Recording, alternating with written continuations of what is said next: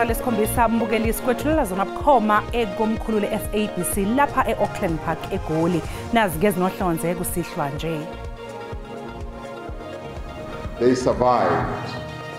They were able to withstand the torture, the suffering that they were subjected to. Umengameli we-ANC uCyril Ramaphosa ephelezelwa amalungu obuholo ophezulu benhlangano bahambele eRobben Island njengoba namhlanje leli qembu lihlanganisa iminyaka eyi-113 lasungulwa. The present manner of publication has been followed for at least 3 consecutive years. Why should this year be treated differently? Ipuntshile imizamo yesikhungo esibhekele ukushicilelwa kwemininingwane sokuvimba ukukhishwa kwemiphumela kamatikiletsheni emaphephandabeni ngesonto elizayo ngemva kokuchithwa kwesicelo sayo enkantolo ephakeme yasePitoli. We are left with the charge of statutory rape. Usilaqazile isicelo sebhayili umlisa osolwa ngokukhulelisa intombazane neminyaka eyi-13 esishiho eLimpopo kanti icala lakhe lihlehliselwe umhla zi-3 kuNdasa. Kunemidlalo ye-Betway Premiership emithathu ke mbukeli namhlanje kusihla kanti ke iqembu ebeligubha iminyaka engama-55 lasungulwa izolo iKaizer Chiefs lizobeke libheke ukuthi phela lijabulisa abalandeli balo emidlalweni walo neStellenbosch FC. Sikubingelele ke mbukeli sikwamukele indabeni ezakusihlwa igama lami noxolo Mamtshali wakwamwali ihlaba ngaleli mhlophe qwa. Sibonga kakhulu ke ukuthi uhlanganyele kanye nathi namhlanje kusihlwa. Ake sizwe ukuthi ke sikuphathele ziphi namhlanje.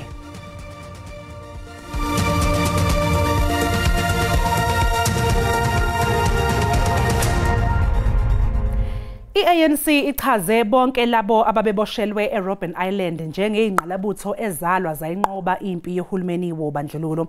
Abaholi beqembu namhlanje bebehambele eRobben Island njengophawu lokuhlonipha bonke labo abadonsa iminyaka kuleli yajele eselabake isikhungo somlando njengoba i-ANC ihlanganisa iminyaka eyi-113 selokhu yasungulwa. Iqala le-ANC liqale ukubhiyozela i-113 yeminyaka ngokutyelela esiqithini. This is a day of reflection. It's not only a day of celebrating our freedom and tracing the liberation heritage, but it's also a marking of and remembering that our freedom was not free. Abo babesakulwela inkululeko bathi babesetyenziswa nzima. The quarry was a place where it gave us the opportunity to be outside. While it was under terrible conditions, it gave us the opportunity to be outside and to enjoy the fresh air. At great cost to our own health because of the sandstone getting into your lungs and so on, and the glare of the limestone in your eyes. But nevertheless, we survived and we're here to tell the tale. Umongameli weliqela utyelele ikwari wabeka ilitye kwakunye nesisele salowa esakuba ngumongameli uNelson Mandela. Ukwabhale umyalezo kwincwadi yabatyeleli evulelwe oomongameli bamazwe kunye neendwendwe ezibalulekileyo ehlabathini jikelele. They were brought here to be humiliated, to be broken. But today, as we celebrate the formation of the ANC, we also celebrate their triumph. They survived. They were able to withstand the torture, the suffering that they were subjected to. Dinglulama Matya wendaba ze-SABC esiqithini. Kusenjalo njengoba nje i-ANC ibungaza iminyaka eyi-113 yasungulwa kuleli sonto kubhekwe neqhaza elabanjwa ngabanye abaholi balo baleli qembu okubalwa kuboke noJohn Langalibale Dube. Njengoba i-ANC ibungaza ukuhlanganisa iminyaka eyi-113 yasungulwa kubhekwe neqhaza lowengameli iqembu kokuqala okunguJohn Langalibale Dube. Eyintweni ezenziwa uDube kubalwa nokusungulwa kwakhe isikole Ohlange High. Mzukulu wakhe uchaza ngomsuka waleli gama. There is a meaning. If you look back in history, this area was called Ohlanga area, emanating from Uhlanga, which is a reed. So there is that interpretation with which our people associated themselves to say these were the origins of the people of the area, inferring it to Ohlange. Eventually, this area then, the name resonated then with the locals and the various communities. This area is still known as Ohlange. Makade bona we-ANC oneminyaka engama-87 ubudala ongudokotela uPulemoja uthe lokhu kubungaza kweqembu fanele kukhumbuze lona iqembu ukuthi kufanele liguqule impilo yabantu njengoba babedingiswa uthi babengenandaba nomngozi bakho ebuncaneni babo. I don't believe we were showing braveness. I think we were actually ignorant of the dangers. And as young people, we didn't care really. Kusenjalo, dokotela uthe ukulungisa isimo seqembu akusiyinto engenzeka ngobusuku obodwa nje. Gcizelele ukuthi labo abambalwa abenza okungalungile akusiba abantu abangasetshenziswe ekuchazeni iqembu.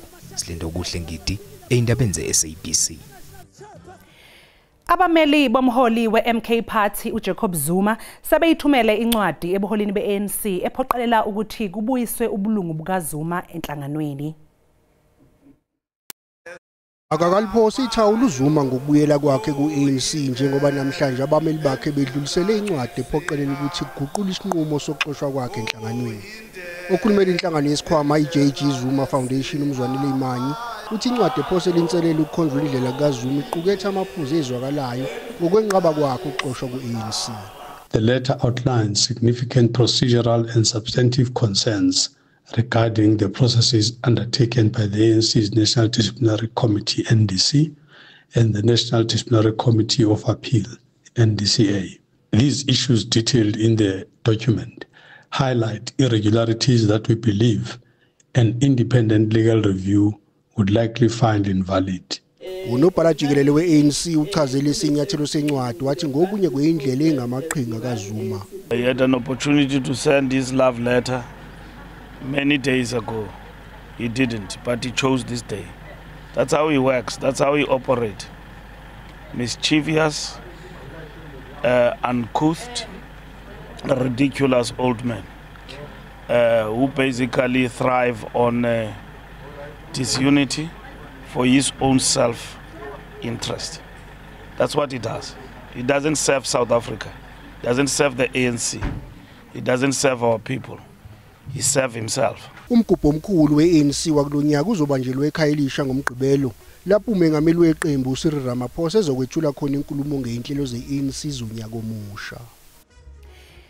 Inkantolo ephakeme yasePitoli isichithile isicelo sesikhungo esibhekele ukushicilelwa kwemininingane sokuvimba ukukhishwa kwemiphumela kamatikuletsheni emaphephandabeni ngesonto elizayo. Ethula isinqumo ngalolu daba iJudge Tolmay uthe akukho okuphuthumayo ngesicelo sesikhungo esibhekele ukushicilelwa kwemininingwane ngakho ke imiphumela izoshicilelwa emaphephandabeni njengoba bekuhleliwe. The present manner of publication has been followed for at least 3 consecutive years. Why should this year be treated differently? I therefore conclude that the matter is not urgent and should be struck from the roll. I make the following order.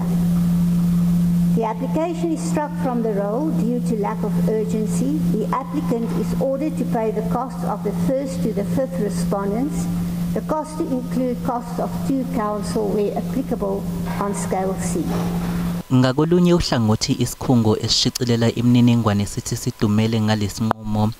Usihlalo waso uthi yize bekhale ngaphansi kulokho kepha ke angeke baphele amandla. Yes, our urgent application was dismissed, but our enforcement notice stands. Our infringement notice stands. Because as we speak, there is no appeal against the enforcement notice. The court and the DBE themselves, they did acknowledge that they did not serve us with the papers on time. We want to comply with the Protection of Personal Information Act, just like any other organization in this country. So our attempt at compliance should not be used against us. It's not an admission of anything. It's actually a positive step. Nakuba lo mdonsiswano ungekapheli kepha okwamanje imiphumela izoshicilelwa emaphephandabeni ngesonto elizayo njengoba bekuhleliwe. Selhoxisiwe elinye lamacala abhekene nomlisa oneminyaka engama-28 osolwa ngokukhulelisa intombazane eneminyaka eyi-13 esishiho eLimpopo, kepha-ke usazoqhubeka nokubhekana necala lokudlengula nelihlehliselwe-ke uNdasa ukuze kuqhubeke uphenyo. Okhulumela uphiko oluphenya amacala omphakathi uthi leli cala lihlehlisiwe ukuze kuqhubeke uphenyo lwamaphoyisa. So we're left with the charge of statutory rape. From this stage, we're going to wait for the applicant if he's going to do the bail application. But for now, he has abandoned his bail application. Kanti uphiko lwabesifazane lwe-ANC eLimpopo luthi lwenza ngakho konke okusemandleni ukuqhubeka nokweseka izisulu emacaleni okunukubezwa kwezingane ngokunjalo namacala odlame olweyamene nobulili. As the ANC Women's League, we do have a responsibility of ensuring that the rights of the children are protected. And according to Child's Act, a child who is below the age of 16 is regarded as a minor. And equally, if you sleep with a child which is below the age of 16, that is statutory rape. And we are aware that statutory rape by law is a criminal offence. Owengamele umnyango wezempilo kulesifundazwe uthi kufanele zonke izinhlangano zomphakathi kanye namalungu omphakathi zibhukule kulwisane nalesihlava. We are saying to parents, don't let friends parent your child, because if the parenting is happening outside your space, then you won't be able to have control or to understand what is happening with your child. So we believe that if we have that strengthened relationship between parents and children, then we would know early what is happening with our kids. Umsolwa usilaxazile isicelo sebheyili. Sathi nje keqhu ngapha ngaseyitolo kanti uma besibuya sokuphathela udaba oluthi I have been approached and requested to assist Mr. Sibiya in the conduct of his defense. Advocate Charles Mnisi uyena ke usezomela umsolo oqala ecaleni lokubulawa kaSenzo Meyiwa umuzi Sibiya ngemva phela kokushona ke kobe ngummeli wakhe uAdvocate Thulani Mngomezulu.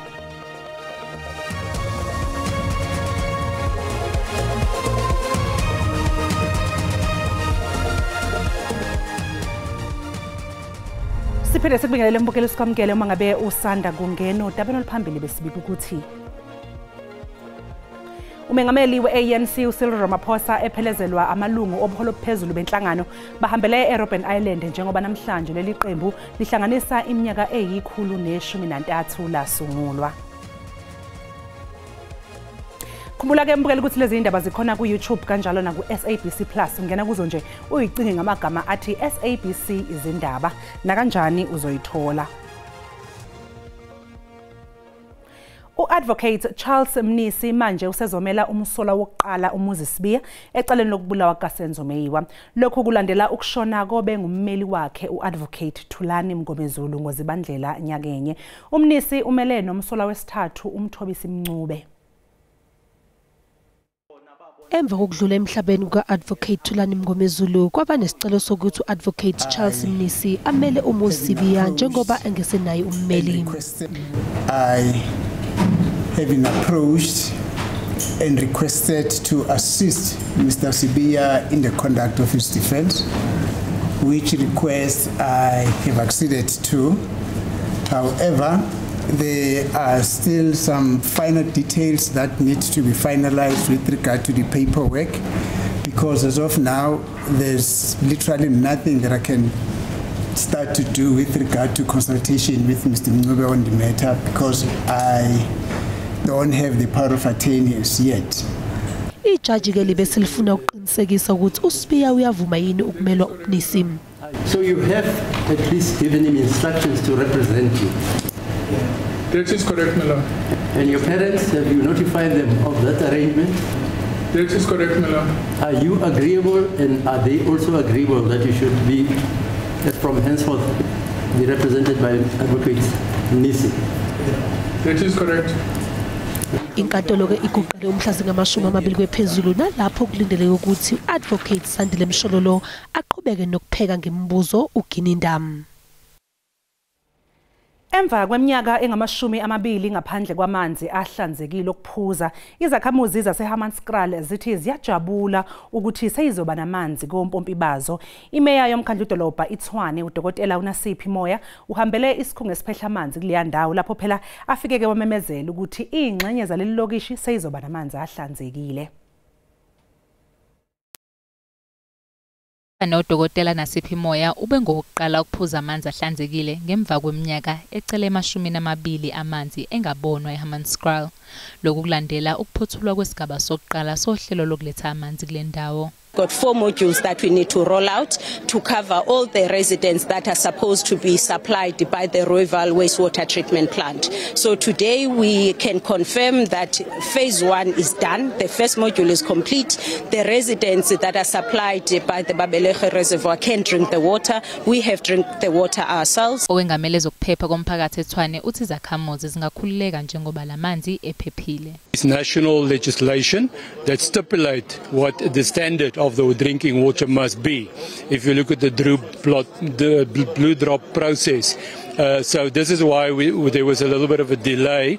We had to qualify according to that standards for the people to drink the water. It must be safe, and we don't want any cases of any diseases within this area. Amalungu omphakathi aseHammanskraal akuthokozele ukuthi egcineni aze abanamanzi. Kafushane uthi sesiside kakhulu lesi sikhathi singenawo amanzi. Ngakho sijabule singumphakathi.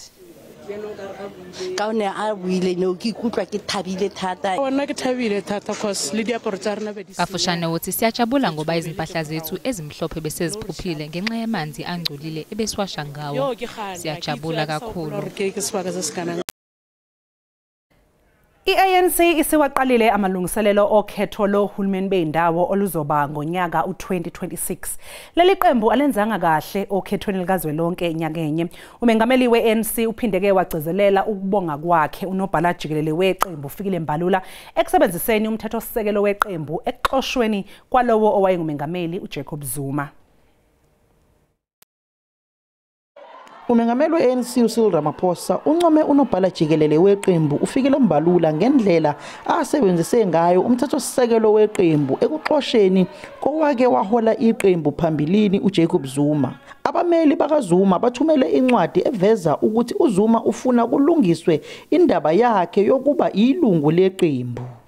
I have not seen the letter, but all I can say is that we have followed due process.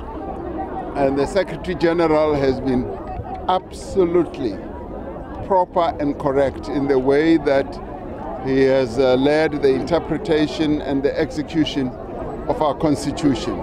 uRamaphosa ukhulume nangemphumela yangokhetho lwanyakenye lapho iqembu lehla laba ngaphansi kwamaphesenti angama-50. In May last year, we suffered a real serious setback. A serious setback that reduced the vote yethu sayehla below 50%, saza ku 40%, and ngaleyo ndlela we were not able ukuthi siphathe lelizwe ngokwethu. Umengameli we-ANC Cyril Ramaphosa uxoxisakile ngomsebenzi owenziwa unobhala jikelele waleli qembu uFikile Mbalula elandela umthetho sisekelo waleli qembu exosheni wayengumongameli uJacob Zuma waye we-ANC. uZuma ubhale incwadi namhlanje efuna ubulungiso bakhe baleli qembu buyibuyiswe, kodwa uMbalula kanye nomongameli we-ANC Cyril Ramaphosa uthi angeke kwenzeke lokhu, kodwa incwadi yakhe bazoyifunda. Ngingusamkela Maseko wezindaba ze-SABC, ngibeka ngiseKapa. Mbukeli umhlahlo wesimo sezulu uzolandela ke emva kwekhefu nomadlamini okwamanje nje ke sathi qu eyitolo siyabuya nje emva komzuzwana.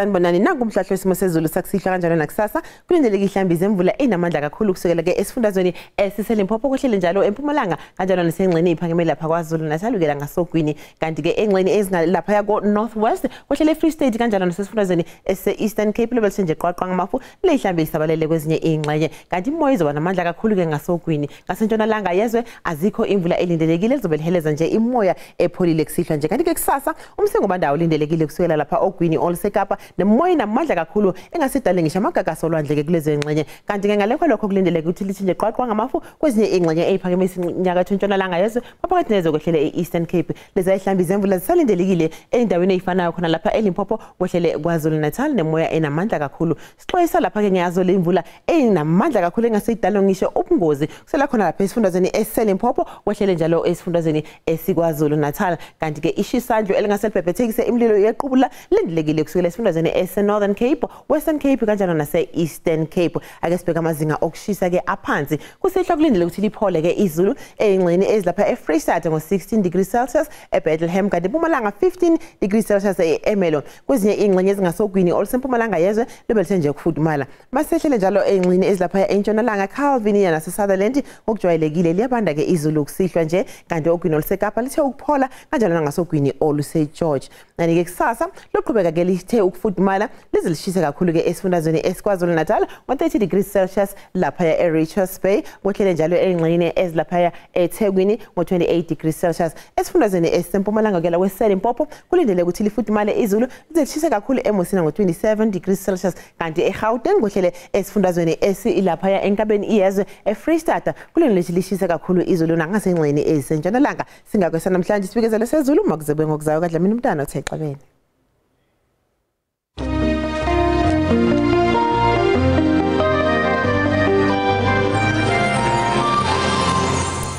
Mbukelisi sibeka lapho ke bese kuphathele zona namhlanje ngolikamageba kusasa ke bazobe bekhonoza kwethu ngolwimi lwesiXhosa nibe nobusuku obuhle nisale kahle.